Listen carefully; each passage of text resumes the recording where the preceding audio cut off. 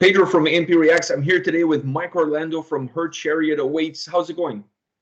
How's it going, man? It's a pleasure to be here, my friend. Well, thanks for taking the time to sit down with me and talk about the album, talk about the band. But first of all, I have to ask you, how did you and Aileen come together on this project? So it was all through the label, through my manager, Michael Kaplan. That's how the bridge started between Frontiers and myself. So I couldn't be happier. Great label and great people. And we started talking about a female-fronted, album and lineup. And I jumped on the chance to do it because I love bands like Hailstorm and Paramore, Flyleaf, in This Moment, all that stuff. Even from her genre, Nightwish and all those type of bands. It's great. So we looked for a few singers, and then they sent us over Eileen, and it was easy, easy choice. She's amazing. 5-octave range. She's got a beautiful voice, beautiful woman, sweetheart of a person. Just everything clicked. She was from a different genre, so that took a little bit to get her into the mode of the vision I had for the album, because she's from a different style of music, Yeah. But yeah, she did amazing. She really did. She was awesome. Were you working on the record before she even came into the picture, or did you guys kind of start working on the record together?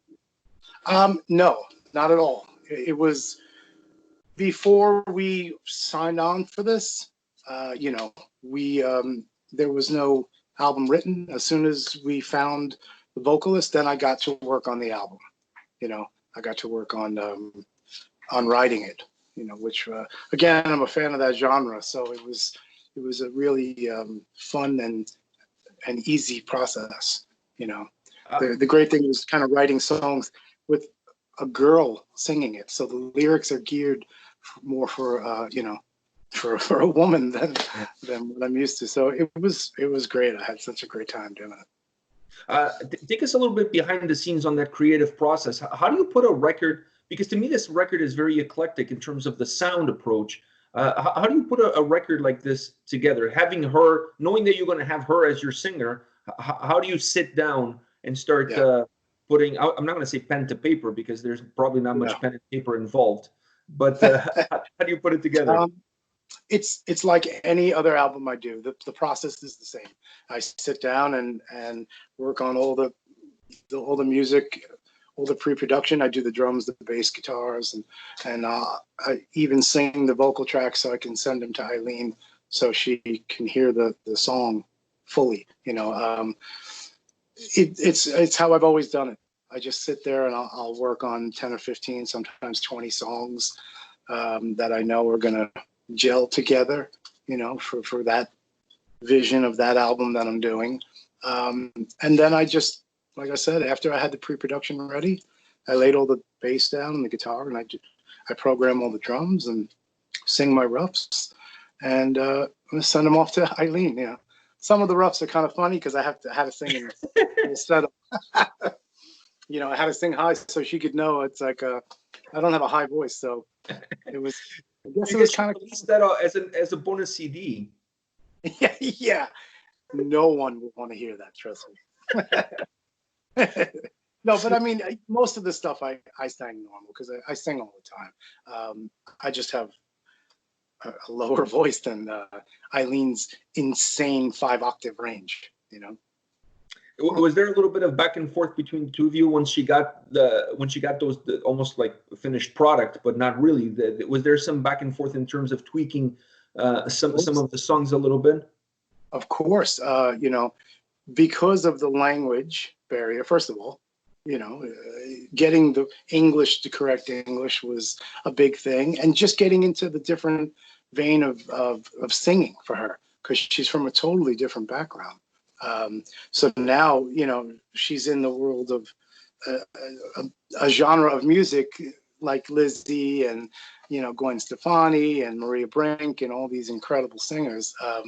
You got to kind of take that on as an inspiration.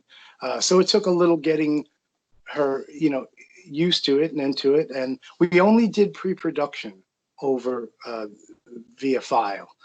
When it came to recording the album, she flew here from Norway and stayed here for 3 weeks while we tracked the entire album and then filmed all the videos and all the video content. So it was great time. I find it really interesting that you just mentioned Gwen Stefani. I heard the album. I already pre-recorded a review that I will release closer to the date of the album release. And one of the things that I didn't mention this on the review because I don't like to compare bands. I don't even like to compare albums within the same discography of the band. I don't think it's fair. You have to look at each album individually. But when I was listening to this record, some songs, I got a little bit of a Gwen Stefani vibe. Oh, that's cool. That's great. You know. Oh, this is like a little bit of vintage, no doubt. Had a little bit of that early on Gwen, not necessarily now, but like early on, no doubt Gwen Stefani vibe to it. And I'm like, should I say something? Oh, maybe I shouldn't, because I really don't like to compare. But what do you think about that? I love it. I think that Gwen Stefani is awesome. No Doubt was awesome. The early stuff, that's what I liked, you know, when they came out. I think that's a huge compliment for her, you know, because Eileen's, her vocal capabilities are insane. Like I said, she has an incredible range, but this was more about a vibe and a feel. It wasn't so much, well, I mean, wow, what notes can you hit, Eileen? You know, I didn't care about that. The whistle is insane that she could hit the harmonics. You know, that fifth octave of her voice is nuts. But for me, it's more about a feel. So, hey, let's exude a killer feel for this song, not so much, you know, the technical parts of it. So that's what we worked on: attitude, feel, just being, you know, more conviction, having more conviction of the songs, not singing the song, but singing the song. You know, feeling it, the emotional aspect of the track. Exactly. You could just read notes off of, you could read your words and sing a song. Then there's singing a song and really making a listener say, "Oh, I got that feeling." You know, and I think we finally got there with it in the end product, and I couldn't be more happy. She was awesome. She was a trooper. So is the music you created for her? Because I really feel like you created this album with her, and obviously with her in mind. Is the music that you've created her Chariot, and therefore the name of the band? Do you feel a little bit? You know, the name of the band just came because I think when I was seeing pictures, because I didn't know Eileen, I didn't know who she was, and I didn't know of Serenia. So when I saw her, she all very majestic, and you know, these majestic outfits and everything, and I just envisioned her getting in like this chariot, this horse and buggy kind of chariot. So man, you know, in my brain, it was just kind of, there it was, her chariot awaits. It's kind of like this is the vehicle for her to come into a new genre, hence her chariot awaits. Here's the vehicle. I really felt that way listening to the record. It really shows that you've created an album with her as the focal point. I really felt that she was the focal point of the record, and the music kind of became her chariot. That she will introduce herself into this new sound through your music, and that's her Chariot. Yeah, without a doubt. You know, it's that's why I geared the name towards her and everything. And you know, I mean, it was great for me anyway to be able to write for this genre with a female in mind, and seeing through their eyes. I love doing new things. You know, so for me, anything different is very cool for me, you know, and I got to have fun playing my stuff, and I still get to be me at moments, but it's still a hard-hitting album, you know. I do it as I always do. I mean, I always engineer, mix, and master the album, so I made sure it had a nice, you know, punchy sound, but she's right there in your it's still very melodic with her as your main piece. As you look at the track listing, how much thought process went into the track listing of the record? Because I felt the fluidity of the album was magnificent. It really plays itself really well all the way through. It's not clunky. Do you know what I mean? Like, it's not one of those records that's made of chunks. It doesn't feel that way when you listen to it. I learned the flowing of an album. I learned that from Mike Portnoy. being in a band with Mike. Mike was amazing at tying shows in together and songs and on albums or whatnot. And just, it's an art, and it really is. The flow of an album, is real important, because it has to have ebbs and flows, and and it just has to keep you intrigued. And I think that it does. I think it kicks in nice with Misery, and then it takes you on a nice ride and dips down for some ballady stuff. So I appreciate that, because it was definitely a conscious thing to decide the listing, to make sure it flowed well for a listener. Yeah, to me, it's important. I know people most of the time these days consume singles. They just consume one song here, one song there. But for the listener who sits down with a full-length album, listening to the album, that fluidity is important, so that you just don't walk away after 2 songs, because the album kind of feels, like I said, clunky. You know what I mean? There's no continuation from track to track. Yeah, I always, for me, it's. I go back to, it's an honor to be able to do this for a living. I'm very grateful.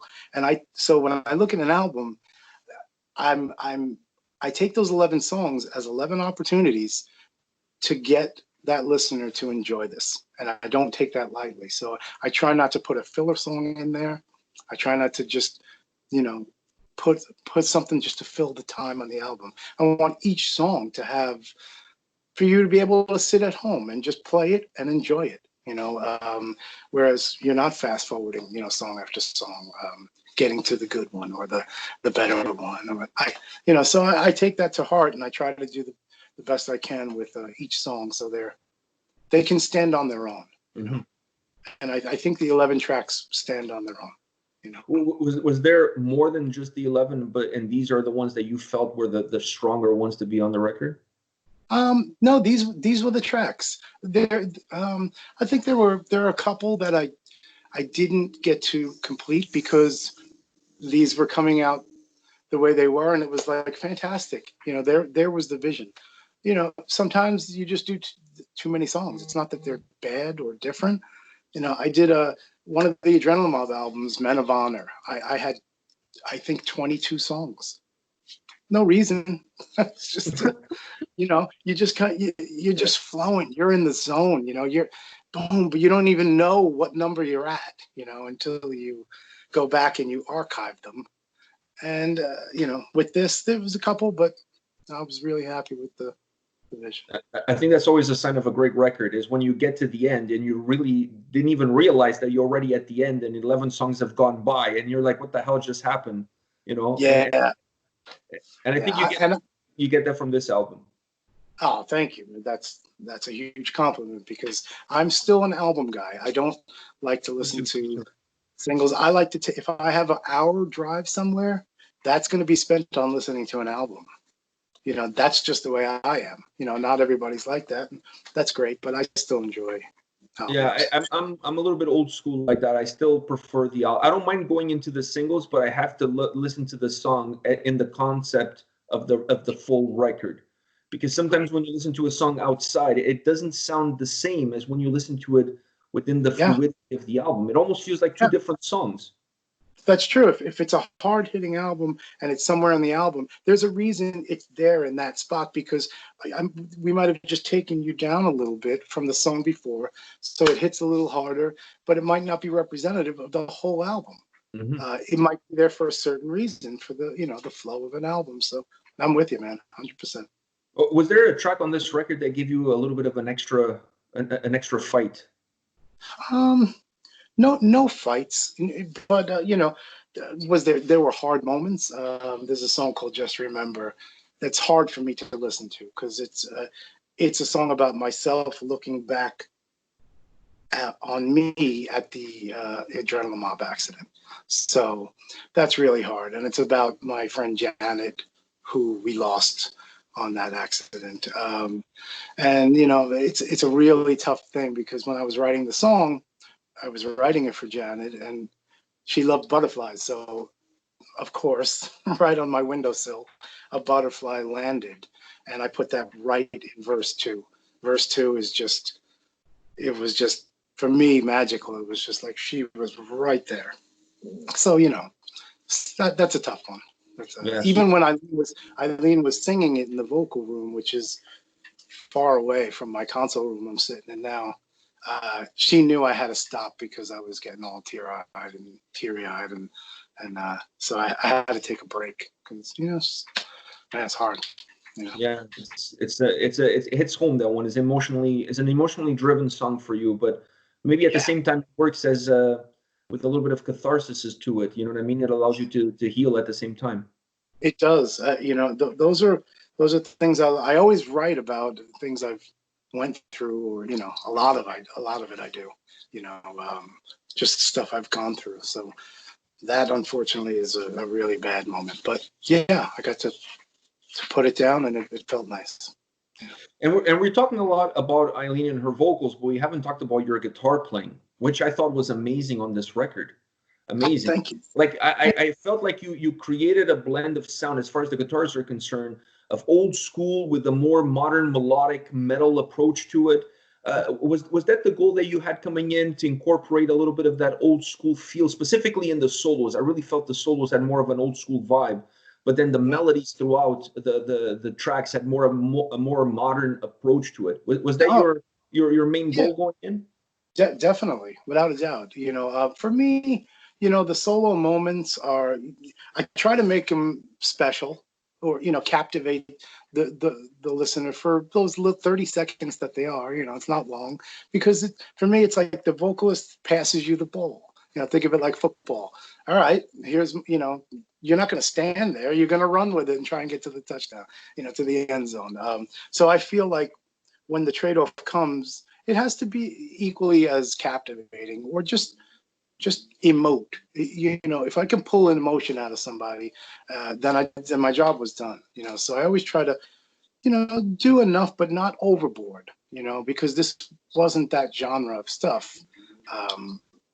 So, as opposed to something like Adrenaline Mob, which was more guitar oriented. Mm-hmm.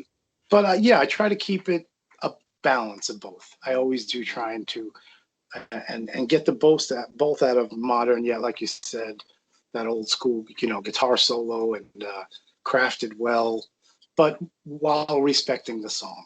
Yeah, and you know what? I felt that you did a really good job understanding the emotion that the track had, the energy that the track had, and then the solos always felt like they fed off of the energy of the track, and they just enhanced it a little bit, but they didn't break the track. Do you know what I mean? Like, they didn't disconnect the track. They didn't.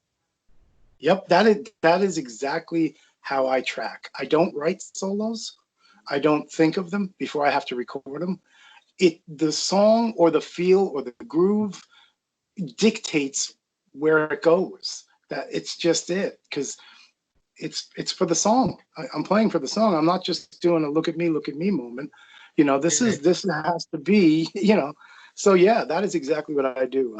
I go off of, what am I feeling? What did the release just sound like? How did the vocal pass off to the guitar? Is it powerful? Is it not? Is it slow? Is it sexy? Is it rip your face off right away? It all depends on the song. So yeah, man, for me, that's really important. Yeah, to me, as far as the overall guitar sound on the album is concerned, that ability to do that really dictated how good the overall guitar sound was. Because you could have easily gone over the top with this like really elaborate solo, but to me, most of the songs didn't really call for that. They just call for something that allows the song to continue, just extends the track. You know what I mean? That's right. And I felt that every single solo was perfect, because not only you placed it in the right spot, but you also understood where the song was coming from and where you wanted to take it, and you just allowed it to go there. Yeah. Thank you very much. I mean, that's a huge compliment, because being a writer, producer, an engineer, everything I do, I don't just look at anything as just being a guitar player, because I'm not. If I'm producing the track, I'm looking at the picture. The end picture is what matters, not my guitar solo, and not just that drum fill, and not just her vocal spot. It's the picture. The listener, it's what the listener gets to hear at the end of the day. That's it. So, what I was going to ask you is that now that the record is finished and you can look back at the finished product, do you feel like this album is going to define the sound of Her Chariot Awaits as you move forward? definitely. I mean, that is that was the vision that I was thinking of doing, and I think it reached its goal. You know, with all the songs that were done, and the sound, you know, so to say, of the band. Yeah, I'm very, very happy with the end product, and I hope that people enjoy it. You know? Yeah, I don't think you're gonna have a problem with that. Well, I hope so. We may have problems with Skype, but you're not gonna have a problem with people enjoying the album. Skype is not our friend, man. That's for sure. I have one more question for you, because after listening to this album, that was the immediate question that I had at the end. It's almost like when you get to the end of a TV series that you really like, you start Googling to find out if the season was renewed and when is the next one coming. Yeah. So the question that I have for you is this just the first step for the band? Are you guys, is this something that you want to continue? Without a shadow of a doubt, yeah. I don't like to just do projects. For me, this is a band. This is the first step in launching a band. You know, unfortunately, we can't get out there and do it and get our tour legs on and do shows and stuff because of what's happening in the world right now. But this is the first step. Here's the album, and then of course, we all want to do that. We want to take this further. So I look forward to the next album, and I look forward to shows when we can do shows again. And I look forward to everything that comes. Yeah. I lied. I have one more question, which is, are you planning on doing something during this time of the virus? Like, I mean, you said already you can't tour, you can't do much, but you do have a new band, a new album coming out. Anything in your mind that you think that, you know, considering that you guys are far apart from each other, that you can do in order to help promote the album and get some attention towards this record? I mean, it's hard. You know, we have the videos, we shot the videos. Those are great. We'll probably do some, you know, acoustic stuff together, because it's hard to, or maybe the Zoom thing where everyone's doing that.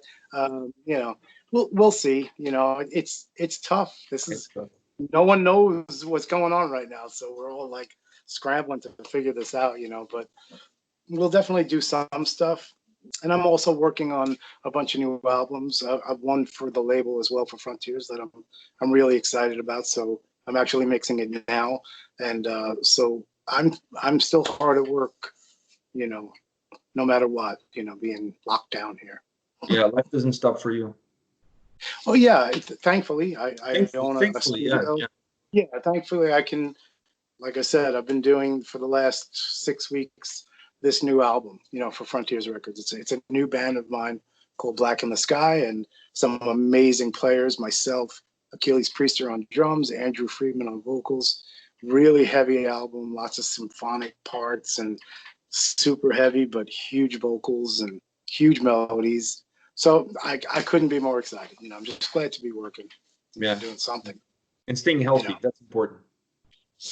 Thankfully, yeah. You know, let's hope and pray, knock on wood, that we all stay healthy. If you're trying to say, sorry about again, that. I just want to say thank you, and best of luck with the release, and we'll see you on the road once things get better. Thank you very much, man. Have a great day, bro. Stay safe. Take care.